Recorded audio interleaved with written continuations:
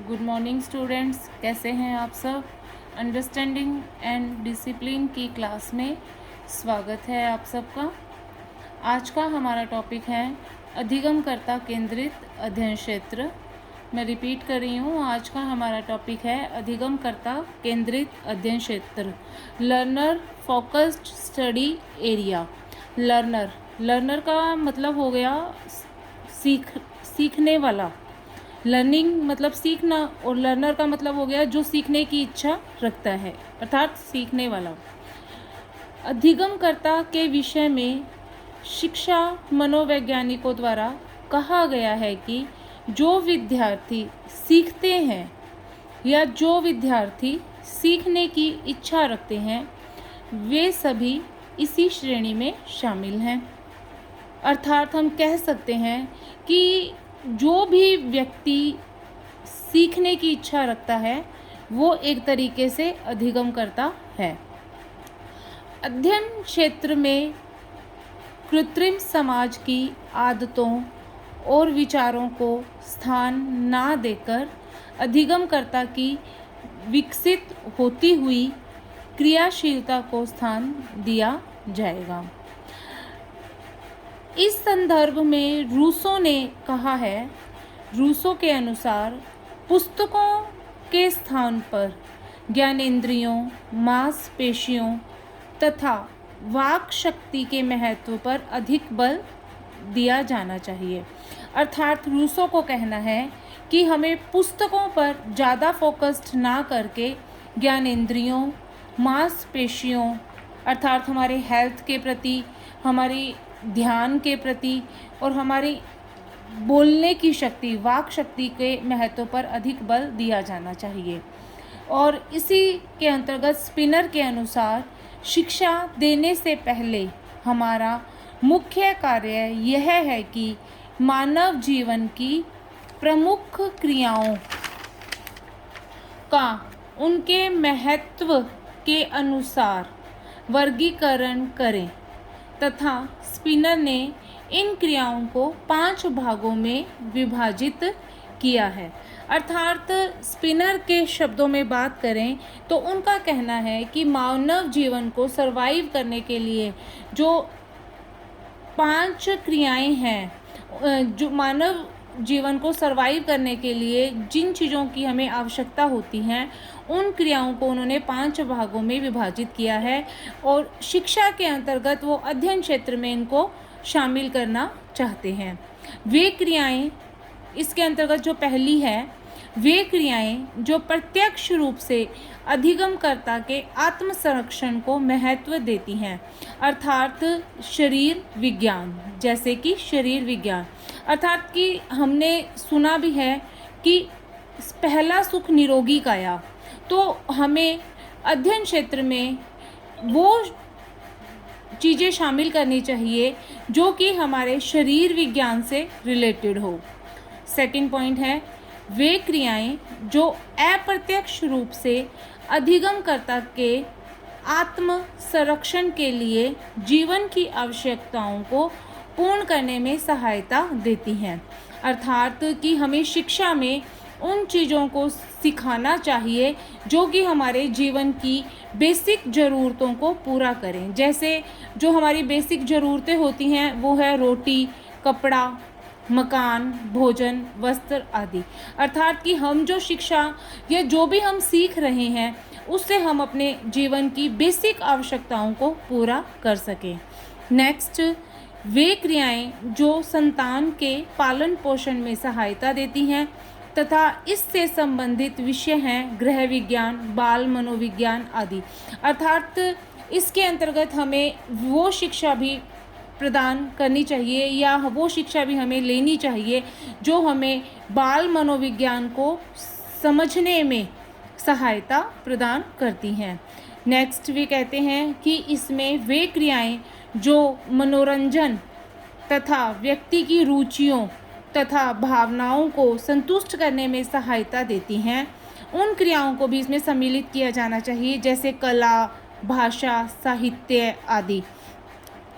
तो हम हमेशा से ये बात करते हैं कि हम जहाँ भी सीखने जाते हैं, जो भी हम विद्यालय महाविद्यालय वहाँ पे हम स्टडी के साथ अदर को करिकुलम एक्टिविटीज़ करते हैं, सहगामी क्रियाएं करते हैं, तो उनके अंतर्गत हम कला भाषा साहित्य आदि क्रियाओं को करते हैं, जिनसे व्यक्ति का मनोरंजन भी होता है और व्यक्ति की रुचियों का हमें और उनकी भावनाओं का हमें पता चलता है कि वो शिक्षा के अलावा किसी और फील्ड में क्या सीख सकता है या क्या नया कर सकता है। नेक्स्ट है वे क्रियाएं जो सामाजिक राजनैतिक संबंधों की स्थापना एवं व्यक्ति के योग्य नागरिक तथा पड़ोसी बनने में सहायता देती हैं, जैसे कि इतिहास, नागरिक शास्त्र आदि। अर्थात हमारे अधिगमकर्ता द्वारा जो सीखा जाए उसके अंतर्गत हमें सामाजिक और राजनैतिक व्यवस्था के बारे में भी ज्ञान प्राप्त करना चाहिए, जिससे कि हमें हमारे देश में क्या हो रहा है, हमारे समाज में हमें कैसे सरवाइव करना है आदि के बारे में पता लगे और हम हमारे देश में और समाज में सरवाइव कर सके। अतः निष्कर्ष में हम ये कह सकते हैं कि बालक के अध्ययन क्षेत्र का विषय बालक से ही संबंधित होना चाहिए तथा बालक को केंद्र मानकर ही विषय सामग्री, पाठ्य चर्चा व विषय का अध्ययन क्षेत्र आदि निर्धारित किया जाना चाहिए। अर्थात जो हमारी शिक्षा है वह बाल केंद्रित होना चाहिए और बालकों को ध्यान में रखकर ही हमें हमारे विषय सामग्री का, विषय का अध्ययन क्षेत्र और हमारी पाठ्य चर्चा को बनाना चाहिए। ये हमारा एक टॉपिक था जो कंप्लीट हो गया है और जो हमारा नेक्स्ट टॉपिक है वो है बाल आधारित अध्ययन क्षेत्र, अर्थात चाइल्ड बेस्ड स्टडी एरिया। बाल आधारित अध्ययन क्षेत्र, बाल आधारित अध्ययन क्षेत्र जैसे कि नाम से ही स्पष्ट हो रहा है कि इसमें वही गुण हमें देखने को मिलेंगे जो हमें बालकों के भावी जीवन से संबंधित हों। अर्थात इसमें हम बालकों के बारे में ही अध्ययन करेंगे, अर्थात बालकों का शारीरिक, मानसिक, आर्थिक विकास के बारे में हम अध्ययन करेंगे। बाल आधारित अध्ययन क्षेत्र में निम्न गुण देखने को मिलते हैं। यह भावी जीवन की तैयारी करता है। इसमें अधिगमकर्ता शारीरिक श्रम कार्य के प्रति सकारात्मक दृष्टिकोण विकसित करता है। बाल आधारित अध्ययन क्षेत्र के अंतर्गत बाल आधारित अध्ययन क्षेत्र अपेक्षाकृत अधिक मनोवैज्ञानिक सिद्धांतों पर आधारित होते हैं, क्योंकि जो बालक हैं हम अगर उनको समझना चाहते हैं तो हमें उनके मन को, उनके दिमाग में, उनके मन में क्या चल रहा है उसको समझना बहुत ज़रूरी है।